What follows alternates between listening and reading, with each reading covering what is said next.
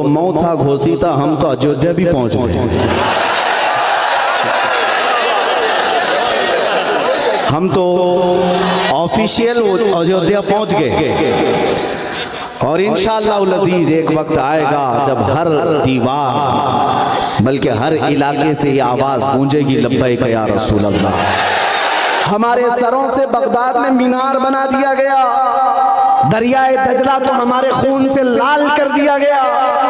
बड़ी तारीख हमारी मौजूद है, जंगों की तारीख, कत्ले आम की तारीख। चंगेज भी आया, हलाकू भी आया, यजीद भी आया, पता नहीं कैसे हज्जाज बिन यूसुफ भी आए, जो बड़े बड़े डिक्टेटर आकर इस इस्लाम का कुछ न कर सके। 5 साल की नशेड़ी हुकूमत तुम्हारा क्या बिगाड़ सकेगी? ये नशा में चूर है, ये भंग पी करके बात करते हैं, इसके अलावा कुछ नहीं। अरे वो गुफे में बैठे हुए पाखंडी ये कहते इस्लाम का विनाश कर देंगे। मैं तो उनसे कहता हूं जरा अपने बदन की खुजली मिटा के दिखा, तुमसे वो नहीं हो सकता। इस्लाम उस अजीम दरख्त का नाम है जिसकी जड़ें तहतुस्सरा और शाखें औजे सुरैया पर है। इसकी जड़ तो दूर की बात है, इसका पत्ता भी नहीं हिला सकता। और इस्लाम के खत्म होने का मतलब हमारा कत्ल हो जाना इस्लाम का खत्म नहीं है। मुझ जैसे 1000 उलमा को भी कत्ल कर दो। अंग्रेजों ने देखा है आजादी के मौके पर 30,000 उलमा को सूली पर चढ़ा कर देखा है। आओ ब्रिटिश को बुला करके पूछो, ये बड़े बड़े उलमा को तुम तो यहाँ लटका कर गए थे, लेकिन अभी भी तो हर कौम पुकारती है लब्बैक या रसूल अल्लाह। जिसने हुजूर के आशिकों को बेदार कर दिया। यार इसी बांदा के इलाके में हुजूर मुफ्ती सलमान अज़हरी साहब ने कहा था कि इश्क में जीत के आने के लिए काफ़ी हूँ, मैं अकेला ही ज़माने के लिए काफ़ी हूँ। आज वो शख्सियत हमारे और आपके दरमियान मौजूद है जिसने गाजियाबाद से उठने वाली आवाज़ को अल्लाह का शुक्र है कि फना कर दिया, बर्बाद कर दिया, हुजूर के आशिकों को जिंदा कर दिया। आइए अदब और एहतराम के साथ मैं उस शख्सियत को आपके हवाले करता हूँ। इतनी बड़ी भीड़ में निजामत करना बहुत मुश्किल है, मतलब वो नाजिम क्या कहते कुछ भरोसा नहीं है। आइए बहुत ही अदब और एहतराम के साथ जहाँ असातिज़े जामिया इस्लामिया मौजूद हों, हुजूर शाह अल्लामा मुफ्ती बख्शुल्लाह साहब जैसे इल्मी कदो कामत के लोग यहाँ मौजूद हैं। अल्लामा मुफ्ती गुलाम मुर्तज़ा साहब, मैनेजर अल जामिया इस्लामिया हुजूर शाह अल्लामा कारी जलालुद्दीन साहब यहाँ बैठे हुए हैं। अल्लामा सलमान जामी अज़हरी साहब यहाँ मौजूद हैं। और उसके बाद में दीगर असातिज़े जामिया इस्लामिया की मौजूदगी में एक अजीम शान इदारा जिसकी धमक पूरी दुनिया में महसूस की जाती है।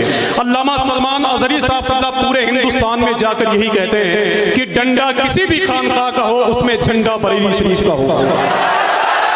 और मिलके बोले, झंडा किसी भी खानका का हो, उसमें झंडा बरेली शरीफ का होगा।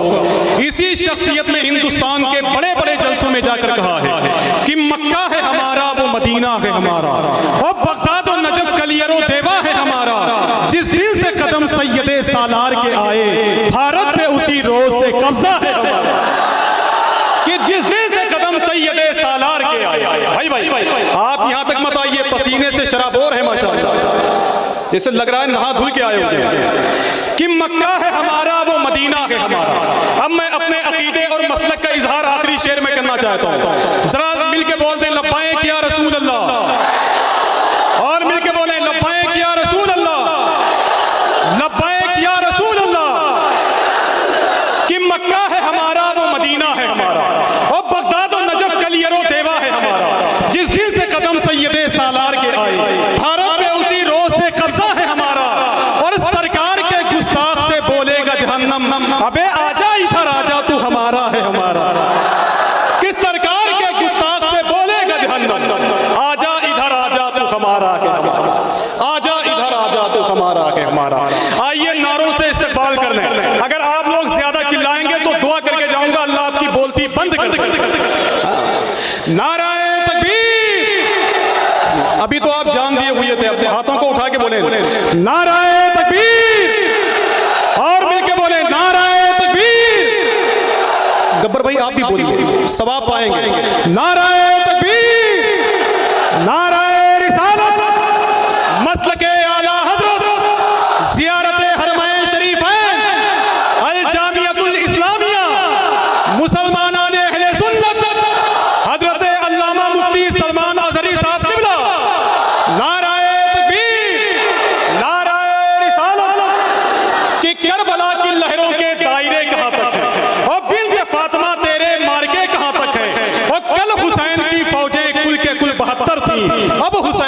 मौजें देखिए कहाँ तक। मिंबर नूर पर जलवा बार उलमाए ज़वील एहतराम मशाइख सादात हाज़रीन अहले सुन्नत व जमात खाहरान मिल्लत इस्लामी, अस्सलामु अलैकुम व रहमतुल्लाहि व बरकातुहू।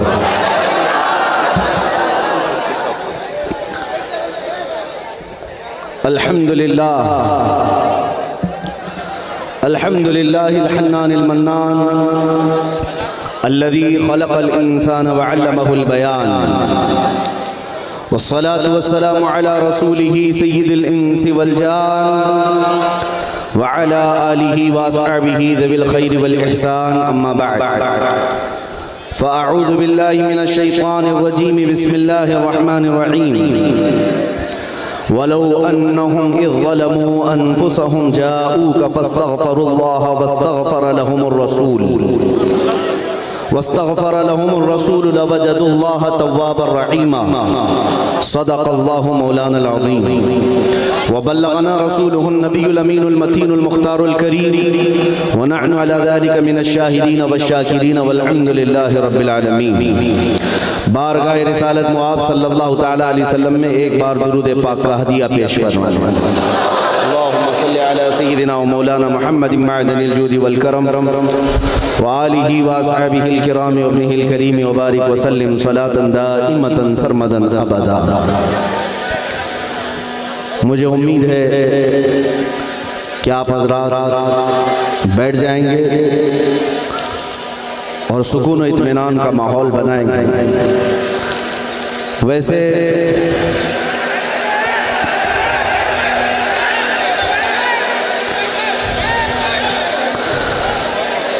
हर जलसे में हमारे लिए यही मसला है।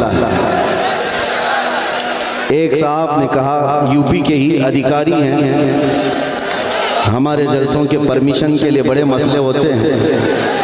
मैंने उनसे कहा मैं ऐसी कौन सी डेंजर तकरीर करता हूँ? तो उन्होंने कहा आधा तो तकरीर से खौफ लगता है, आधे से ज़्यादा जो नारे लगते हैं उससे ज़्यादा तकलीफ होती है। पता ये चला कि ये जो रात के वक्त बेदार मजमा लब्बैक का नारा लगाता, इससे कुफ्र के चूल्हे भी हिल चुके हैं। बहुत सारे खीमों में ज़लज़ला है, अगरचे आपको इस चीज़ की खबर ना हो, हमें अंदाज़ा है। नाज़िम इजलास हमारा तारुफ बड़े लंबे चौड़े अल्फाज में आपके सामने करा रहे थे। सबसे पहली बात तो ये है कि मैं उस मिंबर पर आज खड़ा हूँ, मुझे आज बड़ी फ़ख्र और सआदत के साथ ये अर्ज़ करना है कि अल जामिअतुल इस्लामिया रोना ही, जिसकी खुशबुएँ चार दांगे आलम में फैली हुई हैं, उसके अजीम असातिज़ा का ये बाबरकत मिंबर है। इस पर बैठे हुए अकाबिर उलमा, निस्बत में मेरे दादा उस्ताद भी हैं। जामिया इस्लामिया रोनाही से खोशाचीन जो उलमा हैं वो मेरे असातिज़ा में से। और अल्हम्दुलिल्लाह मुझे इस बात पर फ़ख्र है कि यहाँ से बटने वाले इल्म की खैरात हमने यूरोप की सरजमीन पर भी देखी है और अरब की सरजमीन पर भी देखी है। और ऐ नौजवानों, तुम्हारा अपना तारुफ इसी इदारे की वजह से है, तुम्हारी अपनी शनाख्त, तुम्हारी आइडेंटिटी इसी इदारे की वजह से। इस जामिया इस्लामिया ने तुम्हारे इस छोटे से कस्बे को पूरी दुनिया में पहुंचा दिया। अल्लाह ताला इसकी बरकतें सुबह क़यामत तक कायम दायम रखे। और आज का ये इजलास, जैसे कि मुझे बताया गया, हुज्जाज किराम ज़ियारत हरमैन तय्यबैन के लिए निकल रहे हैं, एजाज़न उनके लिए जलसा रखा गया। ये बड़ी खुशी की बात है कि इन मौक़े पर भी हमारे यहाँ जलसे हो जाते हैं और इन्हीं जलसों की मुनासबत से हम अपने अक़ीदे और अपने जज्बात अपनी कौम तक रख पाते हैं। मेरे अजीज़ों, हमारा इतना ही इंट्रोडक्शन है, हमारा इतना ही तारुफ है। या रसूल अल्लाह तेरे इश्क की बदौलत मुझे जिंदगी मिली है। या रसूल अल्लाह तेरे इश्क की बदौलत मुझे जिंदगी मिली है। मेरी बात बन गई है तेरी बात करते करते, है जो जिंदगानी बाकी ये इरादा कर लिया है, तेरे मुनकिरों से आका मैं मरूंगा लड़ते लड़ते। या रसूल अल्लाह जब तक बिके न थे तो कोई पूछता न था, जब तक बिके न थे तो कोई पूछता न था, तुमने खरीद कर हमें अनमोल कर दिया। ये नाज़ी अंदाज हमारे नहीं होते, झोली में अगर टुकड़े तुम्हारे नहीं होते। जब तक के मदीने से इशारे नहीं होते, रोशन मेरी किस्मत के सितारे नहीं होते। और हमारी तकरीर का खुलासा और एक मैसेज शुरू में ही अगर मैं बताऊं तो सिर्फ इतना ही है, ऐ दीवानों बेदाम ही बिक जाइए बाज़ार नबी में, बेदाम ही बिक जाइए बाजार नबी में। इस शान के सौदे में खसारे नहीं होते। हमने अपनी जिंदगी में देखा है अजीज़ा ने गिरामी वक़ार हुजूर अकरम सल्लल्लाहु तआला अलैहि वसल्लम का कुर्ब और उनकी इज्जत के साथ पहरेदारी की वफादारी इंसान को ऐसा बना देती है, बेबाक बना देती है, दुनिया की ताकतों से वो खौफ करना छोड़ देता है। आज हमारे आगे पीछे कोई बड़ी ताकतें नहीं है जो यहाँ तक आपके सामने हमें आने तक हिफाजत के साथ लाती हूँ, कोई नहीं, तन्हा चलते हैं। आपके इलाके के हालात आप अच्छी तरह से जानते हैं। शायद अभी हफ्ता भर नहीं हुआ होगा, मऊ घोसी में मैं हाजिर था। एक साहब वहाँ पर डरे हुए हमसे पूछ रहे थे कि यहाँ हमारे देश के, हमारे प्रदेश के हालात बड़े ख़राब हैं, यहाँ तक आपको आने में कोई दिक्कत तो नहीं है? क्योंकि यहाँ जो राज है वो आप जानते हैं, बिल्डोज़र वाला राज है, तो आपको आने में कोई दिक्कत तो नहीं है। और आप यहाँ स्टेज पर आकर आसानी से बोल पाते, कोई दिक्कत तो नहीं। उस दिन तक मेरे जहन में नहीं था, हमने आज उनको जवाब ये देना था। वो तो मऊ था, घोसी था, हम तो अयोध्या भी पहुँच गए। हम तो ऑफिशियल अयोध्या पहुँच गए। और इंशाअल्लाह अज़ीज़ एक वक्त आएगा जब हर दीवार बल्कि हर इलाके से ये आवाज़ गूंजेगी, लब्बैक या रसूल अल्लाह। अजीज़ा ने गिरामी वक़ार, नौजवानों में मैं एक बेदारी देख रहा हूँ, शमाल से जुनूब तक, मशरिक से मगरिब तक। अगर ये बेदारी बाकी रही और बढ़ गई तो इंशाअल्लाह इनक़लाब को आना है। अंधेरे के बाद उजाले को तुलू होना है और जुल्म की चादर ज्यादा देर तक नहीं तनी रह सकती। कुफ्र की हुकूमत तो रह सकती है, जुल्म की हुकूमत ज्यादा देर तक नहीं। अगर आज हालात खराब होने के हम बार बार गीत गा रहे हैं तो मैं कहता हूँ नौजवानों, नाउमीदी और मायूसी की तरफ मत जाना। इस्लाम और मुसलमानों के लिए पिछले 1400 सालों से हालात कभी साजगार नहीं रहे। सतीजा कार रहा है अजल से ताइमरोज, शरारे अबू लहबी से चरागे मुस्तफवी। हर जमाने में ये हालात रहे। बाज़ हज़रात को ये अगर महसूस होता हो कि हम माइनॉरिटी में हैं, इस देश में हम अक़लियत में हैं और हमें बहुत संभल करके रहना है, तो मेरे अजीज़ों ये कोई नई बात नहीं। बदर में भी हम माइनॉरिटी में ही थे। बद्र के मैदान में भी माइनॉरिटी में, उहद में भी देखें, खंदक में भी देखें, और जंगों के मैदान में सबसे बड़ी माइनॉरिटी अगर देखना हो अक़लियत, वो करबला का मैदान है। तो इस्लाम और मुसलमानों को इन तादाद के मामलात पर कभी शिकवा नहीं रहा। आज भी मुसलमानों को शिकवा ना हो। आज से 100 साल पहले बरेली की एक आवाज आती थी, इमाम अहले सुन्नत फाजिल बरेलवी की आवाज, जो उम्मत मुस्तफ़ा के गयूर जवानों को जगाती हुई ये कहती थी, खौफ ना रख रज़ा ज़रा, तू तो है अब्दे मुस्तफ़ा।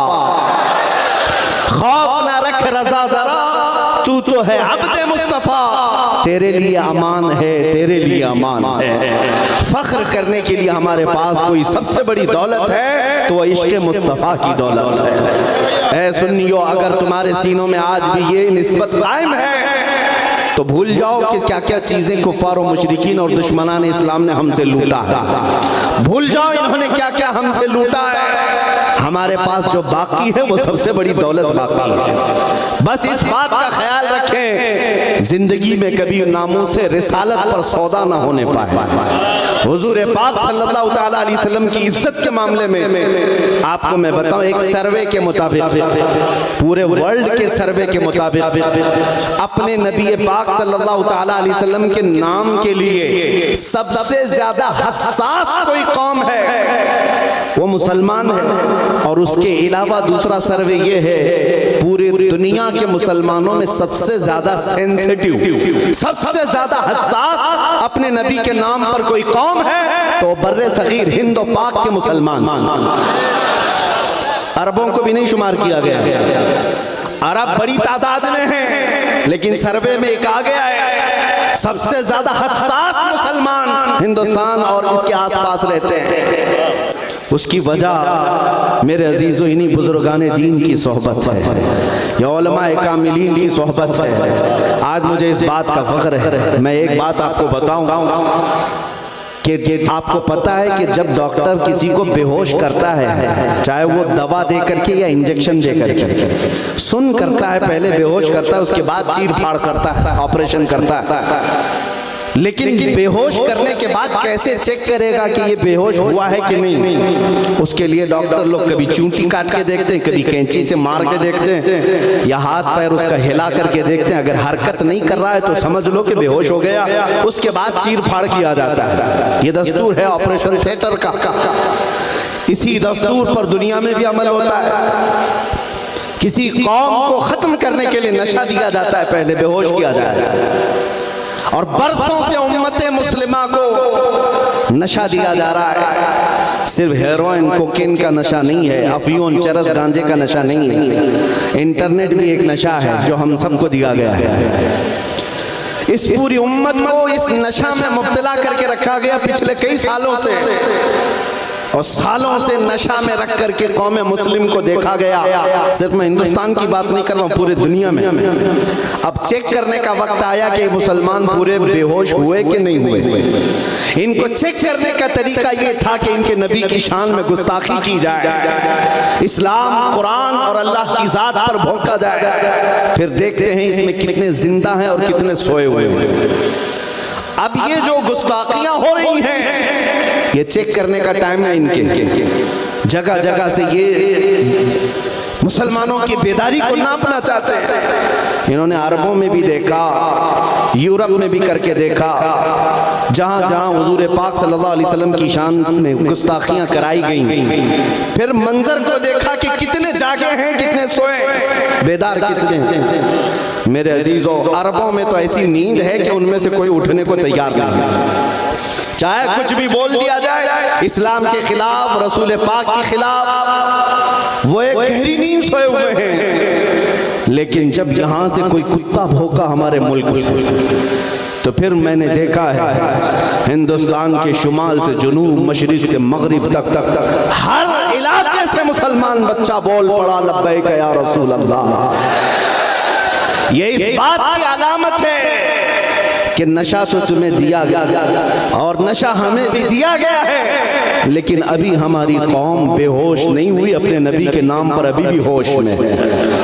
और जब तक ये होश बाकी रहेगा, याद रखना तुम्हारा चीर फाड़ नहीं हो सकेगा, ऑपरेशन नहीं हो सकेगा। जब तक ये जिंदगी बाकी है ऑपरेशन नहीं हो सकेगा। अजीज़ान गिरामी वक़ार, खास तौर पर मैं यूपी के मुसलमानों को ये बताना चाहता हूँ, खौफ और डर के साथ अगर जीने पर तुम्हें मजबूर किया जा रहा हो तो निकाल फेंको। हमारी तारीख है, पुरानी तारीख है। तुम्हारे लिए खौफ का माहौल रास नहीं आता, सेब नहीं देता। अगर कहीं मॉब लिंचिंग करके किसी का वीडियो वायरल किया जाए, किसी का घर तोड़ करके उसके बर्बादी को वायरल किया जाए और तुम्हारे दिलों में दहशत डाली जाए, तो निकाल फेंको इस खौफ को। डर के मारे अपनी टोपियां छुपाना, डर के मारे अपनी दाढ़ियां छिला देना, डर के मारे अपनी मस्जिदों के दरवाजे बंद करना, ये हरकतें मत करो, बल्कि फिर सीना सिपर होकर मैदान में उतर आओ। और दुश्मनान इस्लाम को ये जवाब दे करके सुनाओ कि ये जो तुम छोटे मोटे हरकतें करके हमारे दिलों में दहशत डालना चाहते हो, ये हमारी पुरानी तारीख है। हम उस कौम से वाबस्ता हैं जहां हर साल मुहर्रम में हमें करबला की दास्तान सुनाई जाती है, हमें हर साल हुसैन आजम की कुर्बानी सुनाई जाती है। इसलिए नहीं कि छाती पीट पीट करके रोएं, इमाम हुसैन पर मातम करें। मुहर्रम में करबला की दास्तानें इसीलिए सुनाई जाती हैं कि हमारा हर बच्चा कट जाने के बाद भी ये अज़्म लेकर के तैयार रहे, इस्लाम जिंदा होता है हर करबला के बाद, इस्लाम जिंदा होता है हर करबला के बाद। बस मेरे ये तमहीदी कलमात थे। मैं अक्सर अपनी तकरीर की शुरुआत इसी बात से करता हूँ कि तुम अपने दिल से खौफ निकालो, डर निकालो। या आप ही के स्टेज की बात है, एक तकरीर हुई, दूसरे दिन स्टेज पे मौजूद, यहाँ तो बड़े जिम्मेदार उलमा हैं और इन्हीं के मेहरबानी और इनायत से मैं बोल रहा हूँ, लेकिन मुझे उम्मीद है गब्बर साहब भी बैठे हुए हैं और नाम से ही लगता है कि यहाँ पर कुछ ना कुछ है।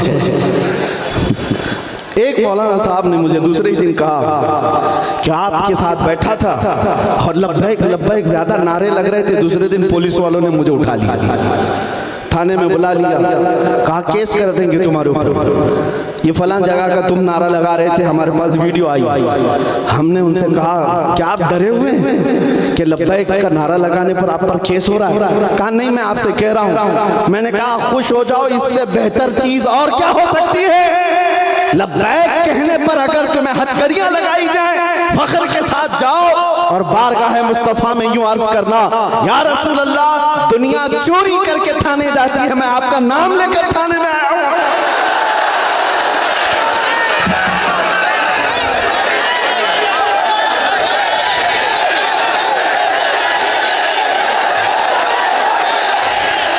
लब्बैक या रसूल अल्लाह। अज़ीज़ान गिरामे वक़ार, बस चंद बातें आपके सामने ज़ियारत हरमैन शरीफैन के मुतालिक अर्ज़ करूँगा, इसलिए कि लंबी तकरीर का वक्त नहीं। उलमाए किराम गर्मी में भी परेशान और आप हज़रात भी परेशान होंगे, जितनी देर बैठेंगे पसीने में शराबोर होंगे। ये मैं बात जानता हूँ, ऐसी आप नातखानों को भी कहते रहते हैं। नबी करीम सल्लल्लाहु ताला अलैहि वसल्लम के दरबार में जिसका बुलावा आया है, कितनी बड़ी खुशनसीबी की बात है। दुनिया में सबसे अजीम मकाम पर कोई जा रहा है, हमारे बुजुर्गों का तरीका ये रहा है, उसके एजाज में घर से बाहर निकल आते हैं, एक हाजी को एहराम पहने हुए देखना भी ये सवाब, उसकी रुखसती में उसके साथ चलना भी ये सवाब है, क्योंकि वो जा रहा है उस अजीम मुकद्दस मकाम पर जिसके बाद कोई और मकाम नहीं, उस आला मकाम पर जा रहा है। लेकिन जाने वालों की भीड़ है, जो जा रहे हैं उनसे मैं कहता हूँ, हिंदुस्तान से तकरीबन 1.5 लाख से ज्यादा जा रहे हैं। भीड़ को मत देखो तुम किसके साथ जा रहे हो और किस अकीदे के साथ जा रहे हो, ये बहुत मायने रखती है बात। लाखों की भीड़ जा रही होगी, लेकिन आप किस हैसियत से जा रहे हैं? मेरे अजीजों, मैं आज बरमला ये कहना चाहूंगा, एक सुन्नी जाए तो पहले बरेली के इमाम को पढ़ करके जाए, हरमैन का तकद्दुस भी उसके सीने में रहेगा। किस अंदाज से जाना है उसे तमीज भी आ जाएगी। आला हज़रत इमाम अहले सुन्नत फाज़िल बरेलवी रज़ी अल्लाह ताला अन्हु, आपके दूसरे हज का सफर है और हालत ऐसी कि दूसरे हज पर जाने का कस्द नहीं था, इरादा नहीं था। आपकी माँ और आपके भाई हज पर जा रहे थे, रुखसत कर दिया, माँ और भाई मुंबई तक पहुंच गए, जहाज से जाने वाले थे। आला हज़रत लिखते हैं कि बेकरारी इतनी बढ़ गई कि रात को नींद नहीं, चैन नहीं, सुकून नहीं, कि एक काफिला हरमैन की तरफ चला गया, इधर बिस्तर पर करवटें लेते रहते थे कि काश मैं भी चला जाता। 8 दिन तक बर्दाश्त न हो सका, फिर अपना सामान उठाया और खुद भी मुंबई पहुंच गए। अचानक जाकर जहाज का टिकट भी खरीदा और अपनी वालिदा माजिदा और अपने भाई के साथ हज के सफर पर रवाना होना। ये इश्क का तकाजा है। एक महबूब या एक मुहिब अपने महबूब की तरफ खींचा चला जा रहा है। जिस बात के लिए मैं ये बात छेड़ा हूं, सुनी, लाखों की भीड़ आज भी हज पर जा रही है। वहां जाने के बाद कुछ लंबी लंबी दाढ़ी रखे हुए लोग माथे पर शामी कबाब चढ़ाए हुए हैं, ये ऐसे अकीदे बयान कर रहे होते हज फर्ज है अल्लाह की तरफ से। हज हो जाने के बाद अब मदीना जाना जरूरी नहीं, अब मदीना जाना कोई वाजिब नहीं। और फिर उस पर लोग ये भी कहते हैं मदीना अगर जाना ही है तो मस्जिद नबवी देखने के लिए जा सकते हो, मस्जिद नबवी में नमाज पढ़ने के लिए जा सकते हो, इसके अलावा शरीयत में कुछ नहीं है। किस दिल के साथ ये कौम कहती है समझ में नहीं आता, किस अंदाज से ये इस तरह की बातें करते हैं आज तक समझ में नहीं आता। आला हज़रत ने सच फरमाया, और तुम पर कोई मेरे आका की इनायत न सही, नजदियों कलमा पढ़ाने का भी एहसान गया। आप सुनिए, जिन लोगों ने कहा मदीना जाने की जरूरत नहीं और चले भी गए तो सिर्फ मस्जिद नबवी देखने के लिए, और एक तरफ बरेली के इमाम से पूछो, आला हज़रत से पूछो, आप हज के लिए जा रहे हैं, क्या इरादा है?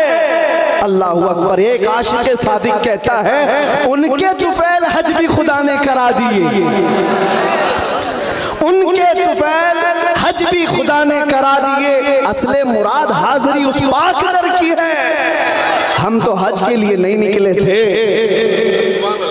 अज़्म था बारगाह मुस्तफ़ा की हाजिरी, लेकिन मेरे मुस्तफ़ा की इनायतों ने हमें हज भी करा दिया। एक आशिक़ रसूल ये कहता है हम नबी पाक सल्लल्लाहु तआला अलैहि वसल्लम के दरबार में जा रहे हैं और उनके तुफैल अल्लाह ताला हमें हज भी अता करा दिया। अज़ीज़ान गिरामी वक़ार, इस इश्क के साथ, इस मोहब्बत के साथ कोई हज पर जाए तो उसकी हज की कबूलियत भी है, उसके हज की कबूलियत है। आज दो बातें मैं अर्ज करूंगा हरमैन तैयबैन जाने वालों के लिए। हज़रत सुफियान सौरी रज़ी अल्लाह ताला अन्हु का एक कौल है, आपने फरमाया था कि एक वक्त आएगा जब मक्का में तुम देखोगे काबे से बुलंद बाला इमारतें बन चुकी होंगी। उस वक्त तक नहीं थे घर, अब तो काबे से बुलंद, इतनी बुलंद कि आसमान को छूने वाली इमारतें बन गई। आपने फरमाया वो जमाना ऐसा होगा कि यहाँ आने वालों की तीन किस्में होंगी। एक जमात ऐसी होगी जो खालिस तिजारत के लिए आएगी, दूसरी जमात ऐसी होगी जो सिर्फ सियाहत के लिए आएगी, पिकनिक के लिए, टूर के लिए आएगी, और तीसरी एक जमात जो आटे में नमक के बराबर होगी जो खालिस अल्लाह के लिए आएगी। हज़रत सुफियान सौरी रहमतुल्लाह अलैह ने फरमाया जब वो ऐसा दौर आ जाए, ऐ मेरे अजीज तू आना तो इमारतों को मत देखना, खालिक़ असबाब की तरफ तवज्जो रखना। आज हुज्जाज किराम के लिए बात बहुत ज़रूरी है। हज़रत अला बिन मुबारक रहमतुल्लाह तआला अलैह फरमाते हैं मैं हज के लिए निकला था, सफ़र में मैंने देखा एक नौजवान को, वो बगैर किसी तोशे के निकला हुआ है। उस वक्त ऊंटों पर सफर किया जाता था, घोड़ों पर सफर किया जाता था। एक नौजवान तन्हा जा रहा है काफिले के बगैर। रास्ते में हज़रत इब्ने मुबारक ने उसे पकड़कर पूछा कहाँ जा रहा है? उस नौजवान ने कहा मैं हज के लिए जा रहा हूँ खाने काबा। तो आपने पूछा कि इस रास्ते में सफर के लिए कोई चीज नहीं ले जा रहा है? उसने पलट करके हज़रत इब्ने मुबारक से कहा अगर कोई तुम्हें अपने घर में दावत के लिए बुलाए तो क्या घर से अपने खाना लेकर के जाते हो?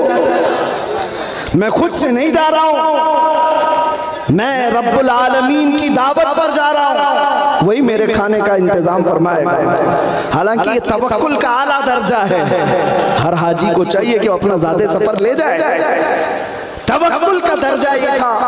हज़रत इब्ने मुबारक फरमाते जब मैं हज के लिए वहाँ पहुँचा तो खाने काबा के तवाफ के बाद उस नौजवान को एक जगह खड़े देखा।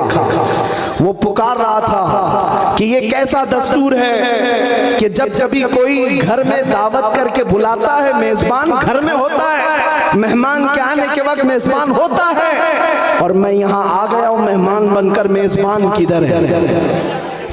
वो चीख रहा था। हजरत इब्ने मुबारक फरमाते हैं मैं उसके करीब खड़ा रहा, अचानक खाने काबा के पास एक बिजली चमकी और उसे देख करके वो नौजवान खश खाकर गिर गया और पुकारने लगा फुस्तु बिरब्बिल काबा, रब्बे काबा की कसम मैं मुराद को पहुंच गया। और उसी के बाद उस शख्स का इंतकाल हो गया। इब्ने मुबारक फरमाते हैं वो नौजवान काबा देखने नहीं, रब्बुल आलमीन के दीदार के लिए आया था। अजीजा ने गिरामी वक़ार, हज बैतुल्लाह को जाने वाला आज वहां पर हाजी जाकर के देखता है होटल के बेड कैसे हैं, होटल के दरवाजे कैसे, होटल की एसी कैसी है, आने जाने की गाड़ियां कितनी चमचमाती हैं, सड़कें कैसी बनी हैं, हरम की इमारतें कैसी हैं। इसी में उसके 40 दिन गुजर जाते हैं, इसी कैलकुलेशन में रह जाता है। सुबह क्या पकाया था, दोपहर में कौन सा बुफे लगा था, रात के वक्त खाने के कितने इंतजाम थे, इसी सारे मामलात में वो अपना हज का सफर पूरा कराता है। अजीजा ने गिरामी वक़ार, जो हज पर जा रहे हैं उनके लिए नसीहत है कि वो दुनिया छोड़ करके जाएं। जानते हैं जब मेरे आका सल्लल्लाहु तआला अलैहि वसल्लम जब तशरीफ लाते तो यूं अर्ज करते खाने काबा के इहाते में, जीतु इलैका हारिबन या अल्लाह, ऐ अल्लाह मैं दुनिया से भाग कर तेरे पास आया। जबकि हुजूर के पास कौन सी दुनिया थी, नबी पाक सल्लल्लाहु अलैहि वसल्लम ने कौन सी दुनिया जमा कर रखी थी। दुनिया से आपका तर्क ताल्लुक मशहूर है, आपका ज़ुहद मशहूर है, लेकिन उसके बावजूद मेरे आका जब हरम काबा में आते तो कहते मौला मैं दुनिया से भाग कर तेरी पनाह में आया। आज का हाल ये है, सारी दुनिया लेकर के जा रहे हैं और हालात वहां पर ऐसे हैं। हमारे एक साथी कहने लगे अब तो उम्रे के वाजिबात बढ़ गए, तवाफ था सही थी, हलक थी, अब सेल्फी भी वाजिब हो गई। हर एक को खाने काबा के पास खड़े होकर के सेल्फी लेना है, फोटो लेना है। हद हो गई मेरे अजीजों, बारगाह मुस्तफ़ा की हाजिरी के वक्त रोंगटे खड़े हो जाना चाहिए। जिस दरबार के सामने से हम गुजर रहे हैं वहां पर लोगों को देखा, एक हाथ में चप्पल एक हाथ में फोटो, मोबाइल वीडियो करते हुए वहां से गुजर गए, उन्हें पता भी नहीं चला किसके सामने आए थे। जाने वालों से मैं इतनी बात जरूर कहूंगा, तुम जिस शहींशाह आजम के दरबार में जा रहे हो तुम्हें पता है वो मकाम क्या है? अदब का हेस्त ज़ेरे आसमां अर्श नाज़ुक नफस गुम करदा मी आयत जुनेदो बायज़ीदी जा। आसमान के नीचे अदब की एक ऐसी जगह है जहां वक्त के जुनेद बगदादी, बायज़ीद बुस्तामी जैसे औलिया भी आते हैं, अपनी सांसों को रोक लिया करते हैं। वो सांसों को रोक लिया करते थे कि निकलने वाली सांसों से कई बारगाह रसूल की बेअदबी ना होने पाए। लोगों ने आज तमाशा बना रखा है, लेकिन बगदाद शरीफ में हमने देखा, इराक में अगरचे वहां पर शिया लोगों की हुकूमत, करबला, कूफा और नजफ किसी को मोबाइल अंदर ले जाने की इजाजत देती नहीं। जितनी देर अंदर बैठते हैं सुकून के साथ फातिहा पढ़ते हैं, दुआएं करते रहते सारे लोग, लेकिन यहाँ हालात ऐसे बन गए कि हर एक शख्स को देखे, मस्जिद नबवी हो, हरम काबा हो, हर एक अपने मोबाइल में मसरूफ है। सारी दुनिया मोबाइल में लेकर के अंदर गया है। उसका इखलास कब आएगा, उसके अंदर रिक्कत कब आएगी? वहां बैठ करके पूरी कौम को दिखाना है कि मैं यहाँ बैठा हुआ हूँ। क्या ये हज के अरकान में से हो गए? क्या ये हज के अरकान हो गए? अजीजा ने गिरामी वक़ार, दिल की हुजूरी के साथ अगर नहीं गया तो फिर कुछ नहीं। वहां जाने के बाद वो इस तरह से जैसे मुजद्दिद दीन मिल्लत ने फरमाया है, ऐसा घुमा दे उनकी विला में खुदा हमें, ढूंढा करें पर अपनी खबर को खबर ना हो। ये कैफियत होनी चाहिए, ढूंढा करें पर अपनी खबर को खबर ना हो। और फिर आला हजरत का मामला ये था, यादे वतन सितम की यादश्त हरम से लाई क्यों?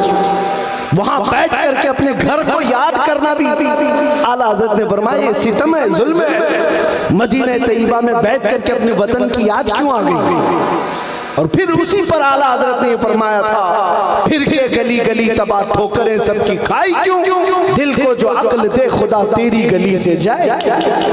अजीज़ान गिरामी वक़ार, हुज्जाज किराम जो मौजूद होंगे या जो मजमे में बैठे हुए हैं, ये ज़ियारत हरमैन शरीफैन की अज़मत में मुनाकिद जलसा मैं दुआ करता हूँ हर हाजिर को मौला हज मकबूल अता करे।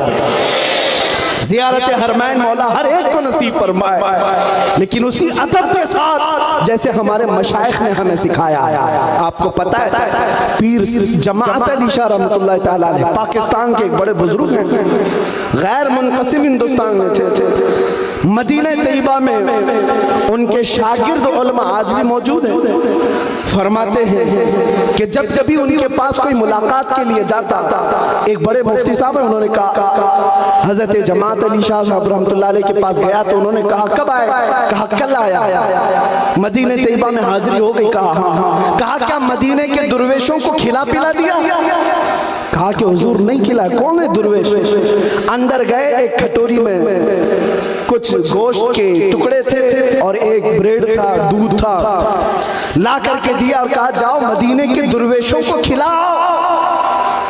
ये मुफ्ती साहब कहते हैं मैं कटोरी हाथ में लिया और वो खाने की चीजें पूछने लगा हुजूर ये दुर्वेश मिलेंगे कहाँ?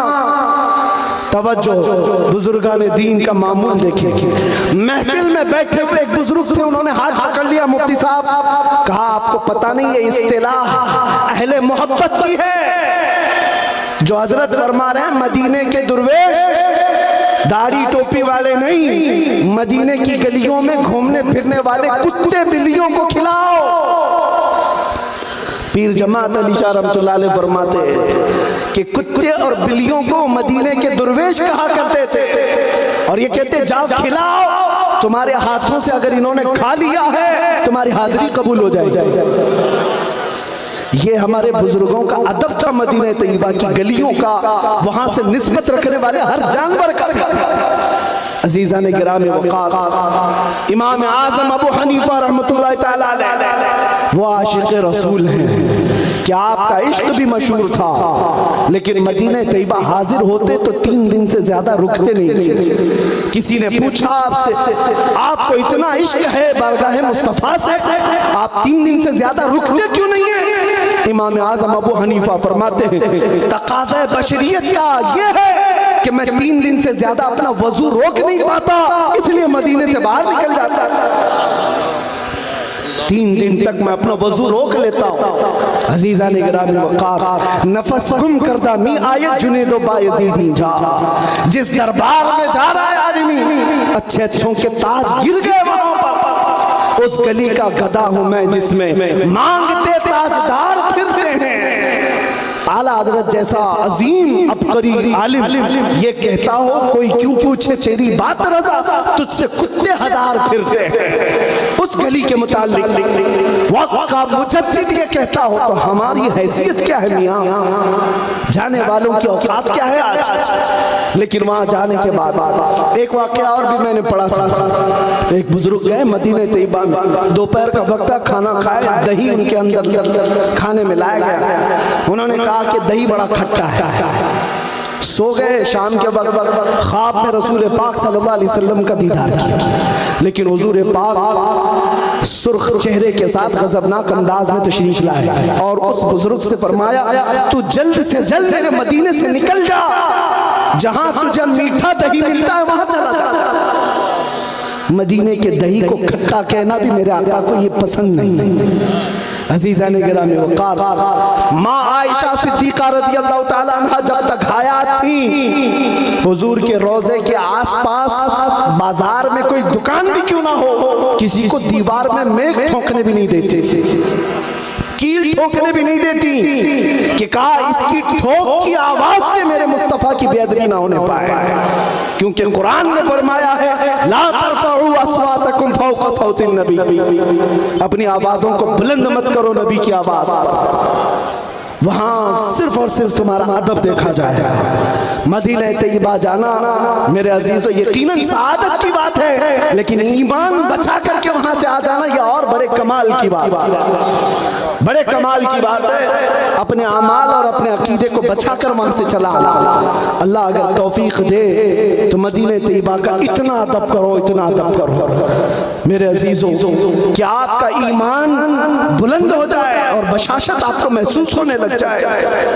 एक और बात, बारगाह मुस्तफ़ा सल्लल्लाहु तआला अलैहि वसल्लम में अल्लाह करे हम सब की हाजिरी बार बार नसीब। वहाँ के हालात ऐसे हैं, हाजी जाते हैं, हम नसीहत करते हैं तो कहते हैं दिल की हुजूरी कैसे हो, हम क्या पढ़े, हम तो पढ़े लिखे हुए नहीं हैं। लोग अलग अलग अंदाज में सलाम पेश करते हैं, हम क्या करें। एक बात सुनिए, उस दरबार में आप जा रहे हैं जहाँ लकड़ी का रोना भी सुना जाता है, जहाँ हिरन का रोना भी सुना जाता है, जहाँ जानवरों की बोलियां भी सुनी जाती हैं, तो तुम तो उम्मत में हो क्या आका अपनी उम्मत की नहीं सुनेंगे। तुम्हारी जुबान और तुम्हारे लहजे नहीं देखे जाते, तुम्हारे दिल की हुजूरी देखी जाती। खवातीन में हमने सुना था जब हाजिरी का वक्त होता है, बहुत सारी खवातीन आई सलाम पेश कर रही थी बारगाह मुस्तफ़ा, उसमें कुछ आलिमाएं थी, अच्छे अच्छे अंदाज में वो सलाम पेश कर रही थी। अस्सलातु वस्सलाम अलैका या शफीअल मुज़निबीन या रहमतल लिल आलमीन या अनीसल गरीबीन। हुजूर के जितने अलकाब थे वो सलाम पेश कर रही थी। एक गांव की रहने वाली देहाती बुढ़िया खड़ी थी करीब में, उसने जब ये बड़ी बड़ी पढ़ी लिखी आलिमा औरतों से सलाम सुना, उसको दुख हुआ कि मैं तो पढ़ी लिखी नहीं हूँ, जाहिल हूँ, काश मैं भी पढ़ी लिखी होती तो हुजूर को एक अच्छा सलाम कर और उसको दुख भरा रोना आ गया। काश मैं पढ़ी लिखी होती तो आज हुजूर को अच्छा सलाम कर सकती थी। और इस दुख की वजह से, इस गम की वजह से वो ज्यादा देर तक हुजूर के दरबार में खड़ी ना हो सकी। रोते रोते अपने आंचल से आंसू पोंछते हुए सिर्फ यूं कहा, अस्सलामु अलैकुम या रसूल अल्लाह। अल्लाह के रसूल आप पर सलामती हो, बस मुझे इतना ही आता है, इसके अलावा कुछ नहीं आता। वो भागकर अपने घर आई, अपनी क़यामगाह में आकर सो गई। फरमाया रात के वक्त ख्वाब में मेरे आका सल्लल्लाहु अलैहि वसल्लम तशरीफ लाते थे, किस्मत बेदार हुई। उस खातून से मेरे आका ने फरमाया आज लाखों लोगों ने मुझे सलाम किया, लेकिन उनमें से सबसे अच्छा मुझे तेरा सलाम लगा।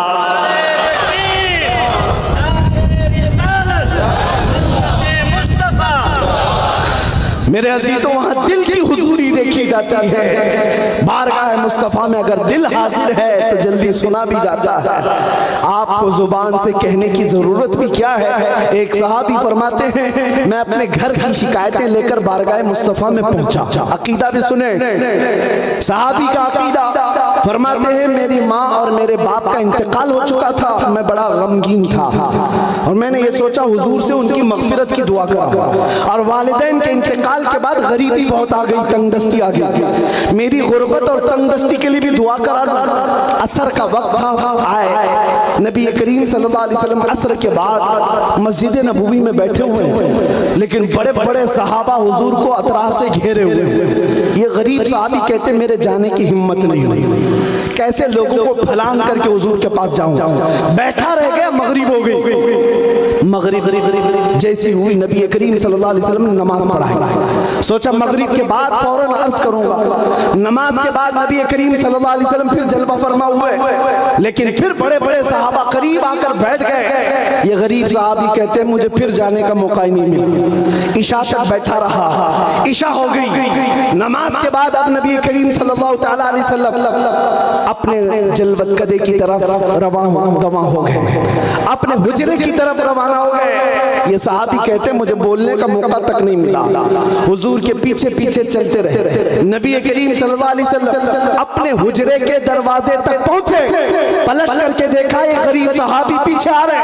नबी करीम सल्लल्लाहु अलैहि वसल्लम ने अपना चेहरा फेर करके कहा जा अल्लाह तेरे माँ बाप की मग़फ़िरत करे और तेरी गरीबी को दूर कर। वो सहाबी कहते हैं जो तमन्ना मैं अपने दिल से लेकर अपने घर से निकला था, मेरे कहने की भी नौबत न आई। मेरे आका सल्लल्लाहु अलैहि वसल्लम ने मेरे दिल की सुनी और वही दुआ मेरे लिए फरमाई। आज जो हुज्जाजे किराम जा रहे हैं वो दिल की हुजूरी के साथ जाएं। बयान करने के लिए अगर अल्फाज ना भी हो, हमारा अकीदा यही है, हम यहाँ से पुकारे वो वहाँ से सुने। मुस्तफ़ा की समाअत पे दूर और नजदीक के सुनने वाले वो कान लाले करामत पे लाखों सलाम उस दरबार में जा रहे। अल्लाह हर एक को हज मकबूल नसीब फरमाए और बारगाह मुस्तफ़ा की हाजिरी नसीब फरमाए। मेरे अजीजों, उस दरबार में मिलता क्या नहीं है। उन जालिमों को आज मैं जवाब देता हूँ जो ये कहते हैं किस लिए आप जाते हो, अब मदीने तैयबा जाना वाजिब नहीं है। हजरत अब्दुल्ला बिन मुबारक फरमाते हैं, मैं मदीने की हाजिरी के लिए गया था। ये 150 साल बाद हुजूर की वफात के 150 साल बाद का वाक़या है। हुजूर अकरम सल्लल्लाहु ताला अलैहि वसल्लम के कब्र अनवर में जाने के 150 साल बाद अब्दुल्ला बिन मुबारक फरमाते, मैं मदीने में हाजिर हुआ और फिर ऐसी कैफियत में हाजिर हुआ कि मेरा ज़ादे सफर खत्म हो चुका था, माल सब कुछ खत्म हो चुका था, मुझे एक वक्त की रोटी खाने के भी पैसे नहीं थे। मदीने में आया लेकिन शर्म की वजह से किसी से मांग नहीं सकता था। सीधे मस्जिद नबवी में आया, दोपहर का वक्त था, ज़ोहर पड़ा और मिंबर रसूल के करीब लेट गया, नींद लग गई। ये सोच करके सोया जिसके दरबार में आया हूँ वो कहीं ना कहीं इंतजाम जरूर करेंगे। फरमाते अब्दुल्ला बिन मुबारक, भूख की वजह से, शिद्दत की भूख की वजह से नींद तो लग गई। जैसे ही आंख लगी मेरे आका को मैंने देखा, ख्वाब में रसूल पाक सल्लल्लाहु अलैहि वसल्लम एक हाथ में गरम रोटी और एक हाथ में शहद लेकर के तशरीफ ला रहे हैं और फरमा रहे हैं, अब्दुल्ला बिन मुबारक उठ, तुम मदीने का मेहमान है, जितनी भूख लगी है मेरे हाथ से खा ले। अब्दुल्ला बिन मुबारक कहते हैं, मैं रोटी को शहद में डुबो कर खाता रहा। आधी रोटी हो चुकी थी, असर का वक्त हुआ, मुअज्जिन अजान देने के लिए जा रहा था, किसी ने मेरा पैर पकड़कर खींच करके उठाया, असर का वक्त हो गया, अभी मस्जिद में सोया पड़ा है। अब्दुल्ला बिन मुबारक कहते हैं, बड़ा अच्छा ख्वाब देख रहा था, मेरे आका के हाथ से रोटी और शहद खा रहा था, लेकिन आंख खुल गई, नींद खत्म हो गई, ख्वाब से बाहर आया। ख्वाब का मामला ख्वाब में होता है। अब्दुल्ला बिन मुबारक कहते हैं, लेकिन जब मस्जिद नबवी में मेरी आंख खुली तो मैं देखता हूँ आधी रोटी और शहद मेरे हाथ में अभी भी बाकी है।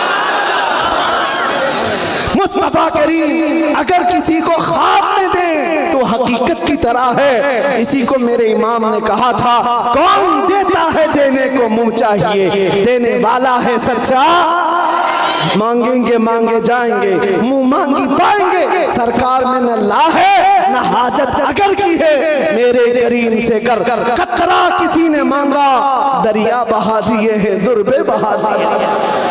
आज उसी अजमत को अपने दिलों में बसा कर जाने की जरूरत है। मैं एक बात कहकर अपनी गुफ्तगू को समेट लेता हूँ। हजरत अबू हफ्स समरकंदी रहमतुल्लाह ताला बड़े बुजुर्ग हैं, अपनी किताब में फरमाते हैं कि हमने मक्का मुकर्रमा में एक शख्स के मुतालिक ये सुना कि अचानक एक शख्स का इंतकाल हुआ, उसका एक इकलौता बेटा था घर में। जैसे ही उसका इंतकाल हुआ उस शख्स का चेहरा गधे की तरह बन गया, चेहरा बिगड़ गया। अकलौता बेटा उसका है, बेटे ने देखा बाप की शक्ल बिगड़ गई, जल्दी से घर का दरवाजा बंद कर दिया, कुआड़ लगा दिया, घर की औरतों को समझाया, किसी को बाहर कहने की जरूरत नहीं। बाप का चेहरा जब बदल गया है, हम लोग किस कैफियत से लोगों को बुलाएंगे आखिरी दीदार करने के लिए? एक काम करते हैं, घर में गड़ा खोदेंगे, यहीं दफन कर देंगे, और इसके अलावा चारा क्या है? दिखाना भी तो बड़ी जिल्लत की बात है कि चेहरा जानवर की तरह नजर आ रहा है। वो रोता हुआ गमगीन बैठा हुआ था, बेटा अपने बाप की मौत की गम और चेहरा बदलने का दुख और ज्यादा था।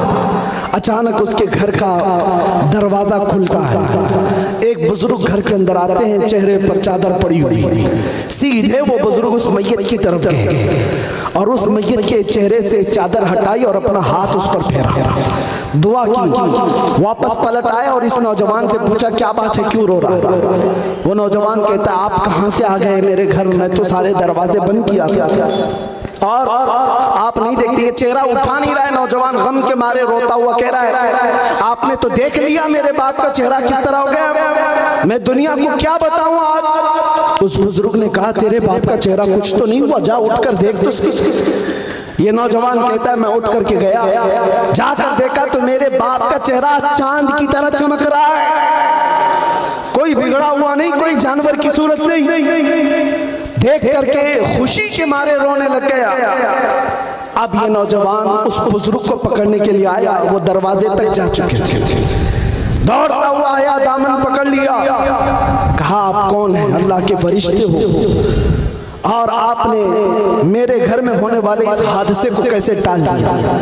आए हुए बुजुर्ग ने पलट करके कहा अना मुहम्मदुन रसूलुल्लाह, मैं मोहम्मद अल्लाह का रसूल हूँ। बात यह है कि तेरा बाप कुछ गुनाह ऐसे करता था जिसकी वजह से अल्लाह गज़बनाक था, अल्लाह नाराज था, लेकिन तेरे बाप की एक अदा ऐसी थी कि तेरा बाप रोजाना बिस्तर पर उस वक्त तक नहीं लेटता था जब तक 100 बार मुझ पे दुरूद नहीं भेजता। आज जब इसकी मौत हो गई, जो फरिश्ता इसका पढ़ा हुआ दुरूद मुझ तक लाता, उस फरिश्ते ने कहा या रसूल अल्लाह, जो रोजाना आपके दरबार में दुरूद भेजता, उसके किसी गुनाह की वजह से अल्लाह ने उस पर अजाब की शक्ल पेश की है, आप करम फरमा दें। हुजूर फरमाते हैं मैं तेरे घर आया, इसका चेहरा बदला हुआ था, मैंने तेरे बाप के चेहरे पर हाथ रखकर अल्लाह से अर्ज की कि मौला, जो चेहरा मुझ पर दुरूद पड़ता है उस चेहरे को तू अच्छी शक्ल दे दे। मौला ने मेरी सिफारिश पर तेरे बाप के चेहरे को चांद की तरह बना था।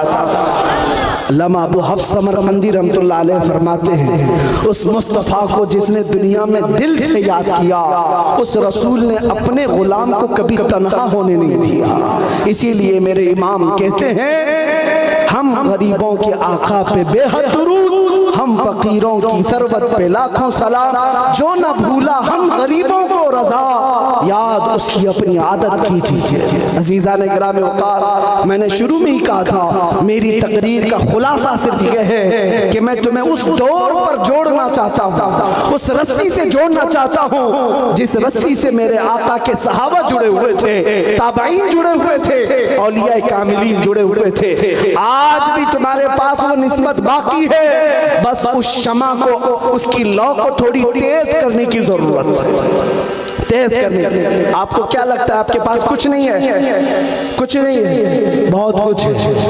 आप जैसे मुझे कहा गया गब्बर साहब इलेक्शन में नहीं आए हैं, ऐसे कितने नहीं आए, हार गए होंगे, जीते नहीं, ठीक है, उसके बावजूद भी मैं आपको एक बात बता दूं, अल्लाह की तरफ से तुम्हारी तादाद कम होने के बावजूद जालिम दुश्मनों के दिलों पर ऐसा खौफ अल्लाह ने तुम्हारा रखा है जो तुम महसूस नहीं कर सकते, तुम्हें महसूस नहीं होता। अल्लाह ने ये रौब रखा है मेरे मुस्तफ़ा की बरकत से। इश्क़ मुस्तफ़ा जब तक होगा तुम्हारा रौब कायम होगा। और आज वो निस्बत तुम्हारे पास बाकी, यूं ही ये मीडिया 24 घंटे तुम्हारे लिए नहीं भोगती, ये दज्जाली मीडिया 24 घंटे तुम्हारे ऊपर डिस्कस क्यों करती है? आपको पता है, एक तरफ तो ये कहते हैं ये अक़लियत में है, कम तादाद में, पढ़े लिखे नहीं है, माल में नहीं है, डिपार्टमेंट में नहीं है, ओहदों में नहीं है। फिर मैं कहता हूँ फिर हम ही को सारा मुद्दा बनाते क्यों? हमारे पास जब कुछ है ही नहीं तो सारे इलेक्शन का मुद्दा भी हम ही होते हैं। अरे इस मुल्क में और भी दूसरे कौमें भी जी रही हैं, सिख भी हैं, पारसी भी हैं, ईसाई भी हैं, जैन भी हैं, लेकिन जीतने के लिए हमारा ही नाम चाहिए।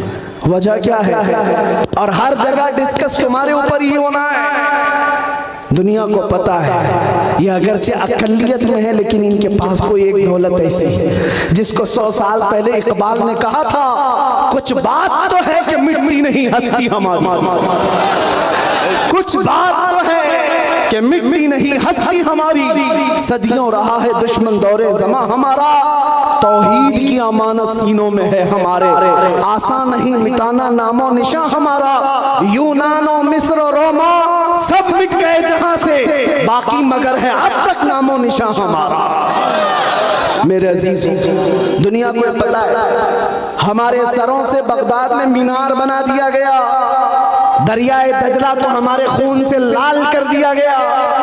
बड़ी तारीख हमारी मौजूद है, जंगों की तारीख, कत्ले आम की तारीख, चंगेज भी आया, हलाकू भी आया, यजीद भी आया, पता नहीं कैसे हज्जाज बिन यूसुफ भी आया, जो बड़े बड़े डिक्टेटर आकर इस इस्लाम का कुछ न कर सके।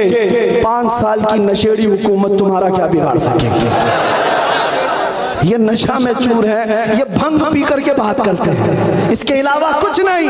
अरे वो गुफे में बैठे हुए पाखंडी ये कहते इस्लाम का विनाश कर देंगे। मैं तो उनसे कहता हूं जरा अपने बदन की खुजली मिटा के दिखा, तुमसे वो नहीं हो सकता। इस्लाम उस अजीम दरख्त का नाम है जिसकी जड़ें तहतुस्सरा और शाखें औजे सरैया पर है। इसकी जड़ तो दूर की बात है, इसका पत्ता भी नहीं हिला सकता। और इस्लाम के खत्म होने का मतलब हमारा कत्ल हो जाना इस्लाम का खत्म नहीं है। मुझ जैसे हजारों उलमा को भी कत्ल कर दो। अंग्रेजों ने देखा है आजादी के मौके पर 30,000 उलमा को सूली पर चढ़ा कर देखा है। आओ ब्रिटिश को बुला करके पूछो, ये बड़े बड़े उलमा को तुम तो यहाँ लटका कर गए थे, लेकिन अभी भी तो हर कौम पुकारती है लब्बैक या रसूल अल्लाह। आज भी ये जिंदा है। उन्हें मालूम होना चाहिए ये गर्दनों को काट देने का नाम इस्लाम का खत्म नहीं है। इस्लाम तेरी नब्ज न डूबेगी हश्र तक, तेरी रगों में रवा खून है 4 यार का।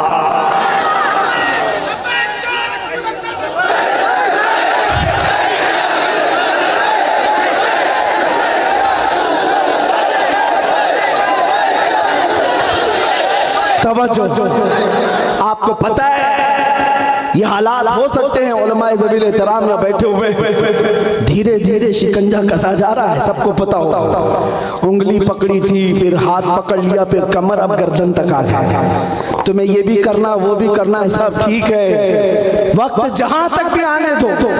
मैं एक छोटा सा तालिब इल्म होने की हैसियत से बड़ा इंस्पायर हूँ मौलाना किफायत अली काफी को पढ़ करके। अल्लामा किफायत अली काफी उस बुजुर्ग का नाम है जिसकी तारीफ वक्त का मुजद्दिद भी करता है। आला हज़रत फरमाते हैं अगर मैं किसी की नातें पसंद करता हूँ, सुनता हूँ, तो एक मौलाना हसन रजा बरेलवी के और दूसरे मौलाना किफायत अली काफी। उस किफायत अली काफी को जानते हो 3000 अंग्रेजों ने मिलकर गिरफ्तार किया था और गिरफ्तार करके 8 दिन तक बदन पर स्त्री चलाते थे, गर्म स्त्री। और जब चमड़ा जल जाता था तो रात को नमक छिड़कते थे। उस आलिम का इम्तिहान था, हर दिन कहा जाता कबूल कर लो हमारी हुकूमत को, तुम्हें किसी ओहदे पर बिठा दिया जाएगा, वजारत दे दी जाएगी। किफायत अली काफी रहमतुल्लाह अलैह ने यही कहा था, मेरा ईमान इतना सस्ता नहीं है कि एक ओहदे के लिए बेचे। लेकिन उसके बाद अंजाम क्या हुआ? अंग्रेजों ने 8 दिन के बाद उनको सूली पर चढ़ाया। मुरादाबाद शहर ज्यादा दूर नहीं है, मुरादाबाद के चौराहे पर मौलाना किफायत अली काफी को फांसी के फंदे पर लटकाया जा रहा था। उस वक्त उस आशिक रसूल से पूछा गया कोई आखिरी ख्वाहिश है? बीवी से मिलना है, बच्चों से मिलना है, किसी को कुछ नसीहत करना है? उस आशिक सादिक ने कहा मेरी आखिरी ख्वाहिश ये है कि एक बार नाते रसूल पढ़ लो। फंदे पर जाने से पहले पुकार कर कहने लगे कोई गुल बाकी रहेगा न चमन रह जाएगा, पर रसूलुल्लाह का दीने हसन रह जाएगा। सब फना हो जाएंगे काफी वो, लेकिन हश्र तक नाम हजरत का जुबानों पर चलन रह जाएगा। किफायत अली काफी को फांसी पर लटका दिया और 8 दिन तक जश्न मनाया अंग्रेजों ने। एक मौलाना को हमने कत्ल कर दिया, कल को अगर मेरी फांसी होती है मुझे मार दिया जाता है। हो सकता है कुछ लोग जश्न मनाए, खुशियां मनाए, बहुत आजादी के साथ बोलता था, खत्म हो गया। मौलाना किफायत अली काफी को एक आशिक रसूल समझ करके ही कत्ल किया गया। उनके इश्क की वजह से उन्हें फांसी पर चढ़ाया गया, लेकिन इन्हें निजाम कुदरत पता नहीं इन कुत्तों को। एक आशिक रसूल को तुमने मुरादाबाद में फांसी पर चढ़ाया, उसके पड़ोस शहर में बरेली में मौला ने इमाम अहमद रजा को पैदा किया। एक चिराग बुझाओगे मौला दूसरा ऐसा जलाएगा चिराग। किफायत अली काफी को तुमने फांसी पर चढ़ाया, लेकिन मौला ने एक ऐसा आशिक उस पड़ोस शहर बरेली में पैदा किया कि फिर उठते साथ कलम संभाला और फिर हर एक के दिल में इश्क रसूल भर दिया और हर एक के मतमह नजर को मदीने की तरफ कर दिया। और फिर हर जगह से आवाज आने लग गई, डाल दी कल्ब में अज़मते मुस्तफा सैयदी आला हजरत अजीजा ने गिरामी वक़ार। मेरा सिर्फ इतना ही कहना है, यह दौलत आज भी तुम्हारे पास बाकी है, इस दौलत को और बढ़ा लो, इस शमा की लौ को और बढ़ा लो, फिर देखना इनकलाब को आना है। मैं अपनी गुफ्तगू इस बात पर खत्म करता हूँ कि मोहम्मद से वफा तूने तो हम तेरे हैं, ये जहां चीज है क्या लाहो कलम तेरे हैं, कुव्वते इश्क से हर पस्त को बाला कर दो और दहर में नामे मोहम्मद से उजाला कर दो। वाखिर दावाना अनिल हम्दुलिल्लाहि रब्बिल आलमीन।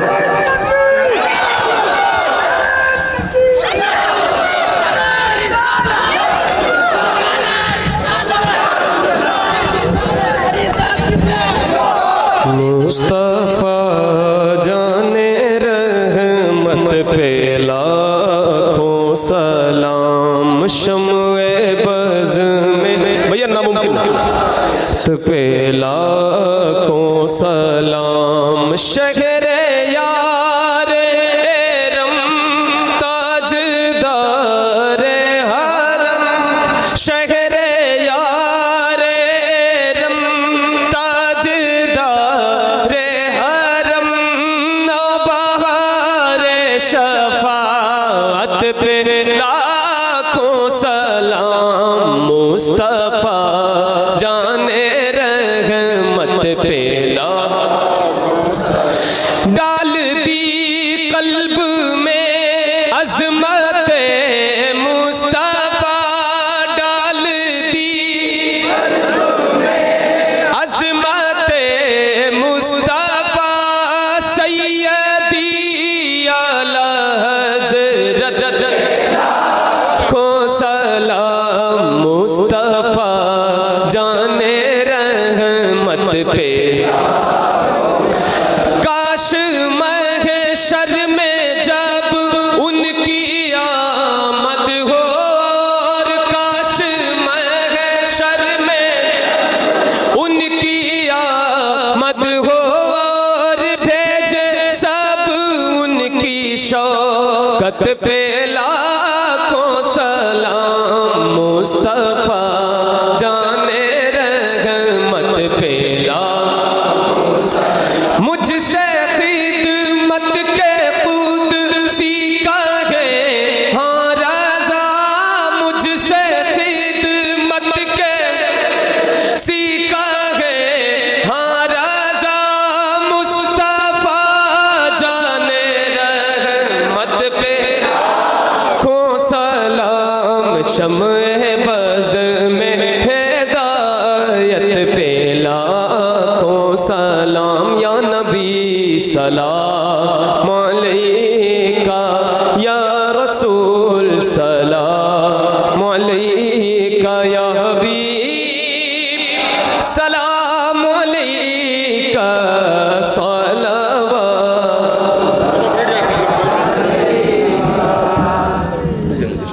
ठीक है। अस्सलातु वस्सलामु अलैका या नबी अल्लाह, अस्सलातु वस्सलामु अलैका या रसूल अल्लाह, अस्सलातु वस्सलामु अलैका या हबीब अल्लाह, अस्सलातु वस्सलामु अलैका व अला आलिका व अस्हाबिका या रसूल अल्लाह, या शफीअना या मर्तज़ा व अलैना माहू या करीम या सुब्हानल्लाह वल्हम्दुलिल्लाह, सुब्हानल्लाहिल अज़ीम, सुब्हानल्लाह वल्हम्दुलिल्लाह व ला इलाहा इल्लल्लाह वल्लाहु अकबर, व ला हौला व ला कुव्वता इल्ला बिल्लाहिल अलिय्यिल अज़ीम। अल्लाहुम्मा सल्लि अला सय्यिदिना मौलाना मुहम्मदिन तिब्बिल क़ुलूब दवाइहा व आफ़ियल अब्दान व शिफ़ाइहा व नूरिल अब्सार। तो मौत था घोषिता, हम तो अयोध्या